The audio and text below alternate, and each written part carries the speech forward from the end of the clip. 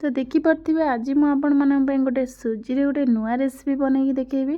तो आपण मैंने ये रेसिपी केवे भी बनई नथिबे ताले निश्चित ये वीडियो को फास्ट लास्ट देखंतु तो जानि परिबे ये सुजी रे केमती हे पिठा आ खाइबा को बहुत टेस्टी लागिबो।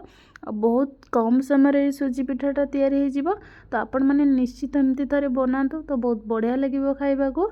तो देखिकी जानि परथिबे हमर ये पिठाटा केते बढ़िया हेची। हाउ आपण मैंने चाहिए जल्दी पिठाटा को बने नेबे घरे। तो निश्चित देखो वीडियोटा को देखो। फास्ट में गोटे गिना सुजी गोटे गिना सुजी रे मुझे पिठा करी। तो से गोटे गिना सुजी को मुझे गोटे जगार में पकई नौ। तो तापर गोटे गिना सुजी पर मुझे 1.5 गिना पानी ये दे दूँगी जो सुजीटा आमर फुलब से अधिका पानी लगी था। देखो ये पानी दे सारा पर मुझे भलसे सुजी और पानी सहित गोले नौ। तापर ये देखो 3 ରୁ 4 घंटा मुझे कभर कर नौ जो सुजीटा आमर भलसे फुलीज। देखिपे 3 ରୁ 4 घंटा पर ये सुजी आमर बढ़िया से फुली जाइए। आउ पूरा जेतिकी पानी दरकार तो आप सेतिकी देदेवे। तो गोटे गिना सुजी पाई आपण मैंने 1.5 गिना ये पानी देदेवे। तो ठीक माप देले तो पिठाटा आमर भल बनिबो। तो देखिपे बेसी ये आमर पानी नहीं तो जेतिकी सुजी आमर पानी दरकार तो परफेक्ट आमर ये सुजी पानी सहित तो फुली जाइए। तो तापर ये मुझे गोटे ग्राइंडर जार को कौन करी ना ग्राइंडिंग करने भी। तो ये थरे पिठा बनातु तो बहुत बढ़िया लगे। देखो ये ग्राइंडिंग कर सारा पर जो बाकी सब आमर ये गोटे जगह को बाहर कर नौ। आ जो बाकी थी आमर सब ग्राइंडिंग पे तो ताकू भी मुझे देखिए आउ थे कर नौ। तो तापर देखु दे सारा पर मुझे मीठा ये चीनी 2 चामच ये पकई नौ। तो आपण मैंने चीनी जगह गुड़ भी दे पारे। तो चीनी दे सारा पर मुझे आउ थे ग्राइंड कर नौ। तो ये थरे बनातु तो मालपा भाया आउ सुजी काकरा भाया तो लगे बहुत बढ़िया लगे। देखिपे ये सब फाइनाली आमर ग्राइंडिंग हो सारी। तापर 2 ରୁ 3 चामच ये पानी दूसरी। तो बेसी पानी देवेनि पानी देला माने पिठा जमा भल हेनी। तो तापर ये देखो 2 चामच ये नड़िया कोरा पकई नौ जो खाइबा को बहुत बढ़िया लगे। निश्चित ऐड करूँ। तो तापर ये अधा छोट चामच मुझे पान मरी पकई नौ तो बास्ना बढ़िया टेस्ट लगे।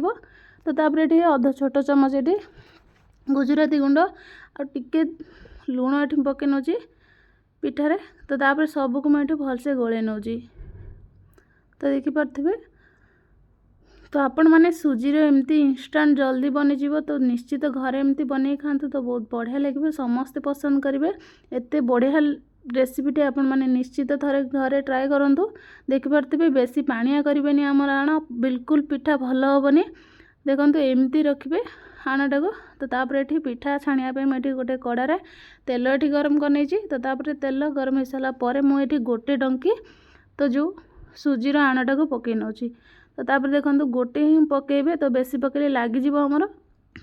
तो तापर टिके हो सारा पर आम ये गोटे चामच ये तेलटा को ऊपर देदेबा जो आमर ऊपर तेल देने पिठाटा भलसे फुलिब। तो देखो ये गोटे साइड एमती हो सारा पर आउ गोटे साइड के उल्टे नौ। तो आपण मैंने देखिए जापे केते बढ़िया से फुली आमर ये सुजी पिठाटा।